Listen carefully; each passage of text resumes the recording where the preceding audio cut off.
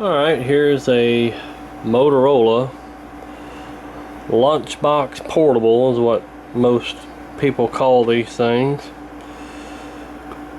It's a little battery operated and also AC wall 110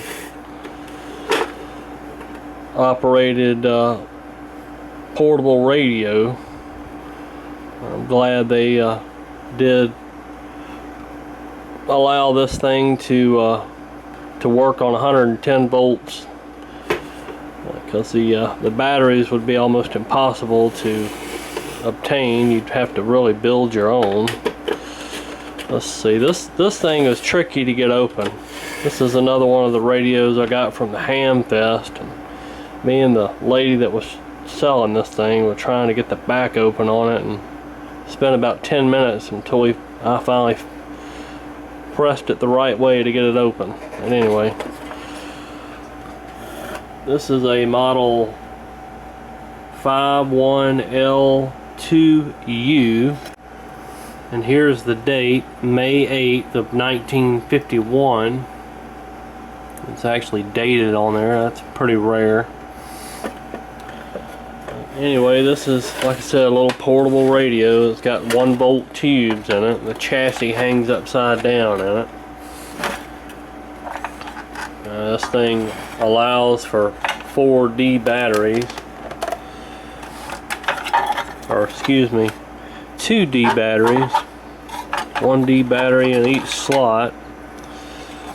I would imagine that's for, I guess, the tube filaments, and then you got a 67.5 volt battery most likely for the rest of the radio. It says it uses A batteries. Use 2 1.5 volt flashlight cells. Ever-ready 950 or equivalent. Install A batteries. So spring contact bottom of batteries. It kind of looks like a D. I don't know if that's the same thing or not, if there's a slight size difference or what. But anyway, the other battery is the B battery. Yep, it's a 67.5 volt battery. And I made one of those batteries one time out of a bunch of 9 volts. And I think they even sell a little cardboard container with some snaps on it, with a whole bunch of snaps on it to put 9 volts in. It looks just like a reproduction 67.5 volt battery. They sell them on eBay, but they're about 30 bucks just for that container, and then you got to buy the batteries. So that can get kind of pricey if you wanted to use this thing portable. For now, we'll just run it off of the wall current, which is just fine. Anyway, this radio works, but these tubes, they light up really, I mean, they warm up really fast, being 1-volt tubes. The set has a 1R5, 1U4, a 1U5, and a 3S4. So anyway, it warms up pretty fast. When you plug it in the wall, turn it on, it'll come right on almost as fast as a transistor set. So that's pretty neat. But anyway, this radio has an issue. I'll need to plug it in to demonstrate. Alright, I got it plugged in, and I'll demonstrate how fast the tubes warm up on it. It's pretty much on.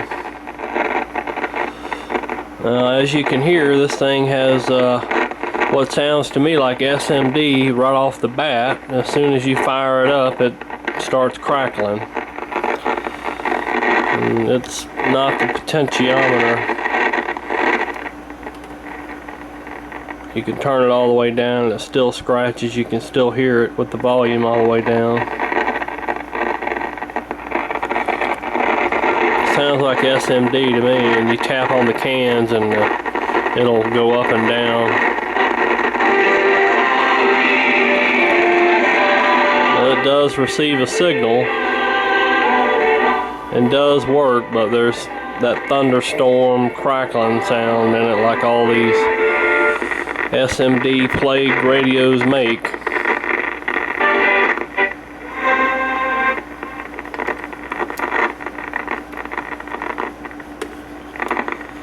So I'll need to find a schematic on this set and see what all's involved in trying to get these cans in working order.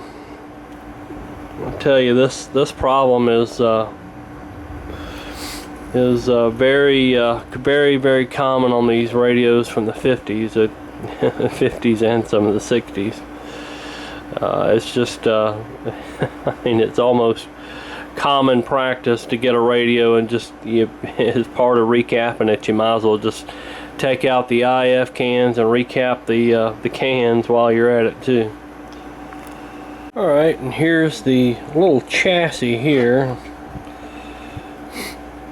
It's all together, it all comes out as one unit. You got 2 screws, one on each of these tabs, corner tabs, and inside the case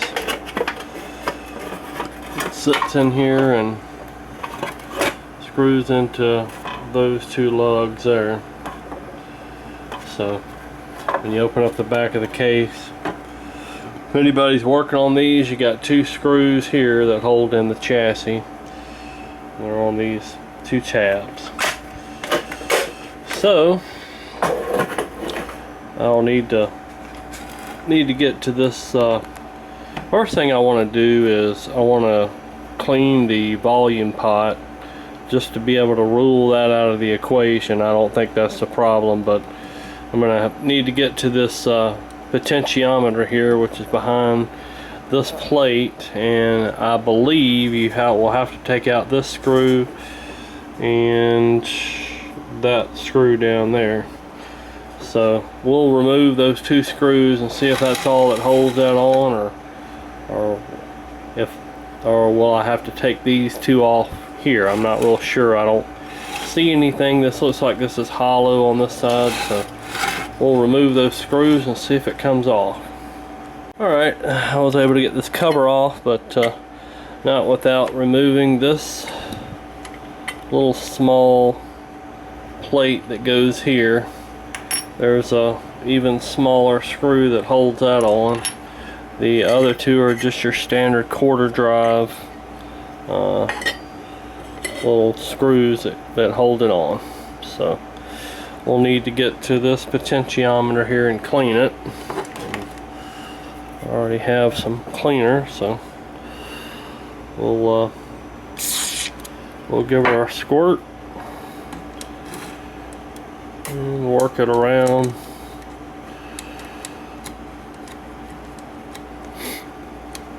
And see if that helps it out. And I didn't think so, but it was worth a try. Just want to eliminate that out of the equation. Now, I guess the other things I can do would be to go in here and try and clean these tube sockets. We'll try that, but I think it's pretty obvious we have some sort of SMD going on in this thing. And I went ahead and got our schematic out, and it does actually list our capacitances in our IF cans. We've got 250 picofarad capacitors here, and oddly in transformer number 2 we only have 130 picofarad in that one. So that's what we're looking at here. Alright, well, I want to gain access to the underside of the chassis, so you got these 2 screws here, and there's 2 more in the back, here and here by the power cord. We'll just need to remove that, those 4 screws and that cover to gain access to the bottom. Alright, and here is the underside of the chassis. I don't know, but it looks to me like maybe this thing might have gotten wet or something at one time. I don't really know. But yeah, they really crammed that really crammed everything in under here. Looks like this thing still has its original paper electrolytic filter capacitor up under it. Looks like a Motorola branded capacitor with a 40/40 and a 250 at 10 volts. And one thing I was noticing was the selenium rectifier, which looks like a Sylvania branded rectifier, has been bypassed. Somebody's put a diode, an old diode, running from here, and then all they did was unsolder that side and put it to a diode. I have no idea if they put a drop-in resistor in line or what. I don't know what's going on with all that, but that's kind of a different looking repair there. They even left part of that selenium rectifier look like in the circuit, because basically, I mean, you still have input, just nothing coming out. I don't think I would have done that repair that way, and I may change that. Alright, I have removed the IF can, which is our #1 IF can here, from its home, so to speak, and removed the top can off, and as you can see, that mica sheet in there is completely black. So yeah, this thing is definitely deteriorated. And like I said, I don't know why they ever made this design of can. It just makes no sense. You've got a nice porcelain base, but then you leave the capacitor exposed like that. Of course it's going to degrade. But anyway, yep, that just goes to prove that a lot of this radios from back in these days are quality built radios, but obviously they did not build these IF cans to last as long as they actually did. Alright, I've removed the little tiny thin wires on there and measured the capacitance, and believe it or not, it's actually right at what the schematic says. So yeah, I think we're looking at 250 picofarad capacitors in this thing, and that's kind of an odd value. So I don't think I have anything around that around that capacitance to replace that with. So I may have to do some order some little tiny 50 picofarad mica caps. Alright, I got it. Our capacitors replaced in the IF cans here. About a 50 picofarad cap. I had to put two caps together to come up with 50. So was it a 15 and a 33 and a 15?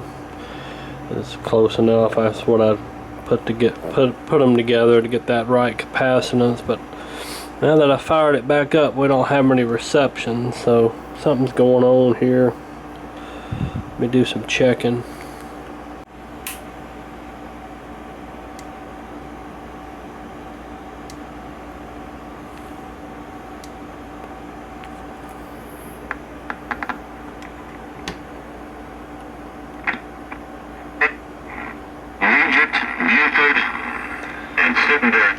Got a bad 1R5 tube. For some reason that thing wasn't conducting, so I guess that's junk. I don't know what happened.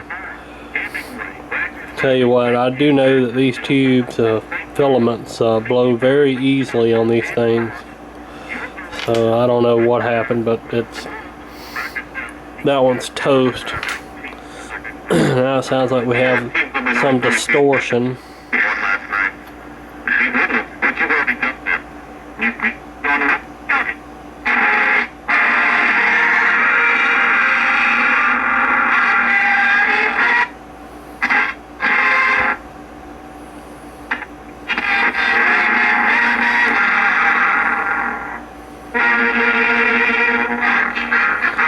Probably got some bad caps in it. Alright, I replaced the 3S4 tube and it sounds better. So I don't know, I'm sure we got some bad capacitors and resistors need to be gone through and checked. Alright, so back on this Motorola portable here. It's been a little while since I've been on this thing because I started having some problems. I was moving the thing around and this diode, which was sticking out over here, which was actually more over here to the side here, was kind of sticking out a little bit, and somehow I touched it to ground and it shorted out. And so the next thing I noticed, I started getting some smoke from this resistor here, right there. And so I was, kind of perplexed, and I think it knocked out my filament in my audio output tube, which is a 3S4 in this. And so I was trying to figure out what was shorted, and once I looked in the circuit here on this resistor, power resistor here, this has 3 terminals, and this wire and this resistor, which is the resistor that was shorting, was connected to here, to the center. And so I traced this line back to the filter cap, and apparently this filter cap is shorted, because as soon as I disconnect this filter cap out of the circuit, there is no more smoke. So I believe this is toasted. It needs to be replaced anyway, so I'm going to go ahead and replace that filter cap, and hopefully that'll take care of our problem. I ended up having to get another 3S4 tube, and so I'll put that in once I get everything else straightened out. But I replaced this cap here, and then I took out the selenium rectifier, which is right here, and I put in a terminal strip where it was mounted at, and mounted our diode here.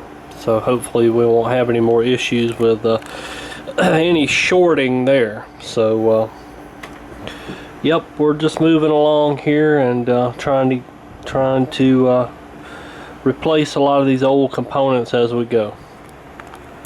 Alright, I have all of our capacitors replaced, and so I'm going to fire it up and see if she works, and go ahead and button it up and call this one fixed. Hopefully, if she plays okay. Alright, we had another issue when I put this thing back together.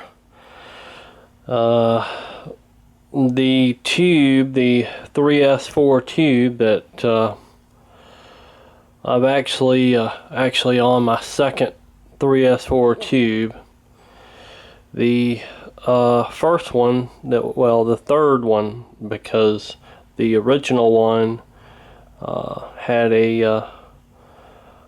through testing figured out it did the same thing as the other two that I put in here. Which this is the audio output tube, the 3S4, and what happened was the original one was garbled and distorted, so I replaced it with one I had in a spare junk box. So I put that one in there, and when the capacitor filter cap shorted, it took out that tube and blew the filament in it completely out. And so then I ordered a replacement and put it in here, and that's what I had running last night. I didn't mention that in the video, but I did order a replacement, put that in there, and got the cap fixed and put it back together. And as was shown in the video, I said I was going to put it back in the case, or put it back together, which I put it back in the case and turned it on and wasn't getting any sound. So I opened up the back and started wiggling the tubes, and as soon as I wiggled that 3S4, a lightning storm went off inside the tube.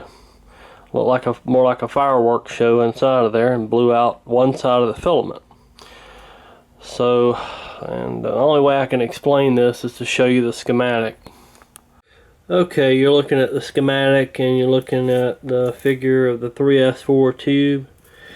So what I mean by one side of the filament, most of the time these are just a simple filament, but this one has a dual section, meaning a center tap and a positive, which is on 7, and a negative, which is on 1. What's going on here is this number 1 filament section is burning out here, and you still have a connection between 5 and 7. So the tube's actually still working, but it's only running on half the filament, and it's not getting hot enough in here for it to work properly. So you get what you're getting. What I'm getting now is static, or not static, but you're getting distortion in the audio, garbling sound. Alright, so basically I believe we've got one of two things going on here when we're getting this blowing of the filament. Either I've got something going on here in the tube socket, something shorting the filament out over here off of this one going to this 270, or short coming down here to the switch, the AC/DC switch, or I've got some sort of short going on with the filament circuit in this tube, or two, I've got too much voltage, and that is, and I don't know why I didn't look at this but before I even really started a lot of this work. I should have looked at this before, because what's going on here is that we have a selenium rectifier, and a selenium rectifier, for those of you watching that don't know, is a rectifying device that came out to replace a lot of the vacuum tube, rectifier vacuum tubes. It's kind of an early diode a solid state rectification device that changes AC to DC. Well, you know, these things frequently go out because of age. They get weak and they stop producing, you know, the forward voltage that goes from the line, starts dropping off, and it starts acting more like a resistor, and you get more resistance, and so you get more voltage drop as it ages, and it starts to go bad. And these things will go bad, and when they blow, they have a real pungent, stinky odor when they smoke and go out. But anyway, a lot of people replace these with silicon diodes, which has been done on this set, but kind of halfway. Somebody put in an old diode, not one like, you know, a modern one. It's one of the first rectification diodes. I don't really remember the number right off the top of my head, but I can open it up and look at it.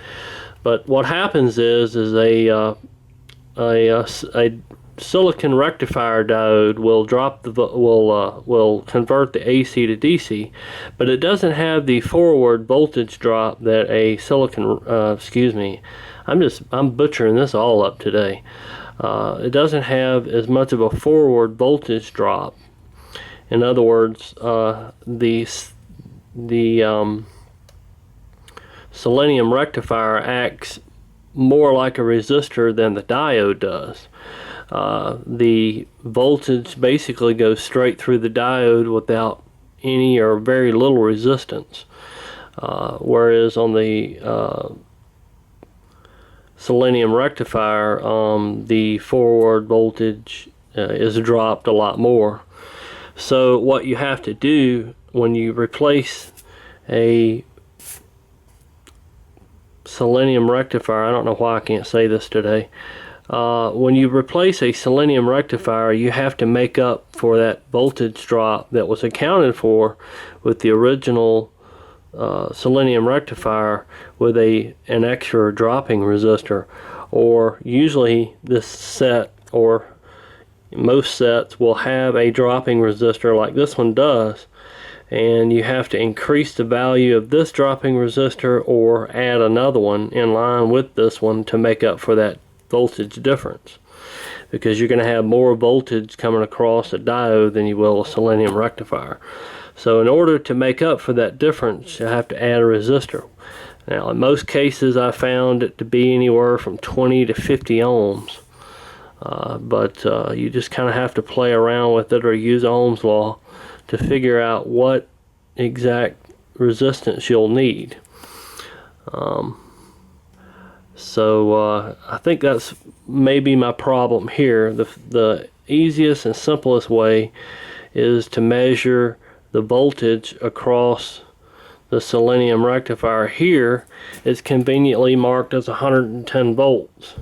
So on this side of the selenium rectifier, which this is the anode and this is the cathode, same thing with your diode, it's going to face the same way and fit in there the same way and perform the same function. It's just not going to have as much voltage drop as the selenium. Anyway, we need to see about 110 volts on this side of it. So this is the radio side, this is the cord side. So we need to see around 110 volts on this side. And now what I need to do is open this radio up and verify that voltage. If it's more, then I'll need a dropping resistor. Okay, well, I don't see any shorts here in the 3S4 tube socket. This big honking capacitor is a 330 50 volt. That's one of the old ones I had in the drawer, and it checks okay, but you know. Anyway, so with this voltage situation, we have too much voltage. I've got 125 volts on this side of this diode here, and which is a lot more, 15 more volts than what we should be seeing. So I'm definitely going to need a dropping resistor. Okay, so what's going on here is I'm clipping in resistors from this diode, from the diode to a resistor and then back to here. So what I think is going to happen here is that I'm going to have another tube before I can go any further, because once you drop the resistance down too low and the voltage is about correct, then the radio stops playing. And I think that's because the heater voltage on, like I said, there's only one part of that heater that's working on this tube, and it's not getting hot enough. When I reduce the voltage, it's just not heating up hot enough to function. So I think with a regular tube in there, I can get a little bit more accurate voltage readings, and hopefully figure out where we need to go with the voltage, and try and figure out what the correct resistor is going to be. With the way it is now, it looks like a 50 to 100 ohm resistor is what I'm going to need, but with a good tube in there, we'll know more. So we'll just have to wait on the replacement tube to come in. I've already ordered another one. I should have just ordered several on the last order, but I didn't know we're gonna have this issue, so we'll just have to wait for that tube. Alright, I got my replacement 3S4 tube in the mail. So we're going to run this resistor in line with the diode before I put any power to it. I want to make sure I have some sort of resistor in line, and I'm gonna default to a 100 ohm for now, and then I'll reduce it if I need to. So I'm going to need to monitor the voltage on this thing as I turn it on, so we can see what the voltage is, as the set warms up and so forth. Alright, here goes nothing.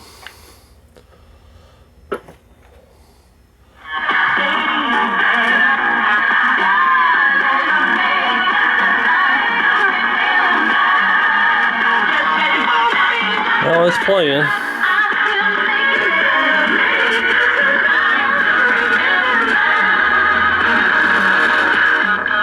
This set won't get all that loud anyway. So we're running at about 107 volts. That's a little bit below what the schematic calls for.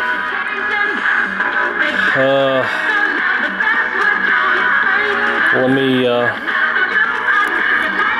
see what kind of resistor I can do to change. It might need to get it up a little bit further than that, but not much. That's gonna be not gonna be very far off from what we should be doing. Alright, I got a huge 50 ohm resistor in here. It's the only smallest and the only thing I had, and a power resistor. Running at about 111 volts, so I think that hopefully it'll be close enough. Hopefully it won't be blowing tubes now. You just can't go buy a machine. Alright, we got it all put back together and in the case. I'm going to need to try to see if I can get this white off of this handle here. Still haven't done anything with that, and really haven't even cleaned up the case. This is just kind of how it was. And you're spraying that many rounds from the window of Mandalay Bay. Everybody's talking about the Las Vegas shooting. At the end of that better at Pittsburgh. The road that you hear about, you know, Pittsburgh is definitely Got a lot of DX rolling in tonight.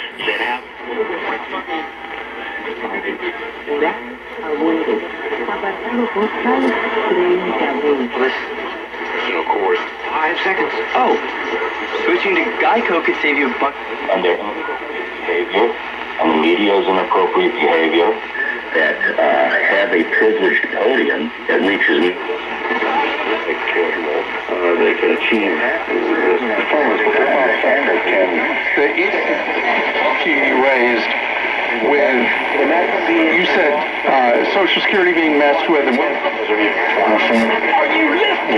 shared values. Your life away to these people. Don't do it anymore. Get out of that. This is the Dave Ramsey Show. Come on, man. Reclaim your weekend and trade the yard work for some fun at the park. With 14 national and 41 state parks across North Carolina, it's nearly impossible to say no to the great outdoors. Down to Florida and get some sand in my shoes. Sounds like WSM. Or maybe California and get some sand. So I better keep turning it before I get a copyright strike. Issues. It's the hydrochloric acid and the lack of probiotics to get bacteria. That's where your main issues are. You get that.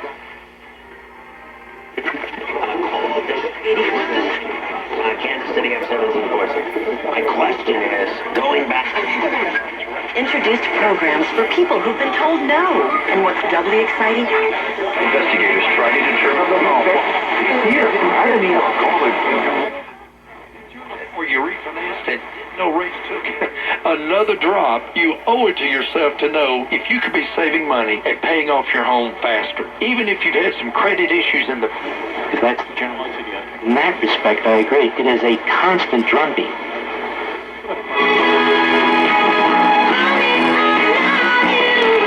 That's 1290. That's one of our local stations. They finally got it back on the air after I emailed them. It'd been off the air for about 3 months and suddenly magically reappeared a week after I emailed them. So glad to have it back on the air.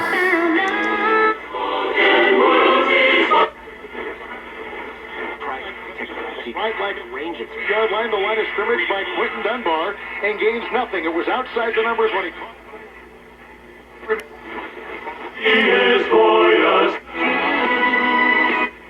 Data without extortion. Crime doesn't And that's pay. 1240. Your business data Local, with Barracuda. Go to Barracuda. local talk station.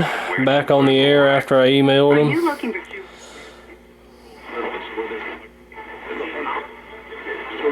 offers quality living options and makes it easy to mingle with neighbors, friends, and family with modern amenities like a private room for health services, modern state-of-the-art fitness center, sunroom, garden. Kansas City. Snap is low, picks it up, cocks his arm, throws a line drive down the middle, sliding between the hash marks with the catch is Albert Wilson at the 15 of Washington. Am I in it? 100%. Sounds pretty good, huh? Reach the million meal goal. That's Weingart's. Your home. Yes, I do. What's it? Remembering.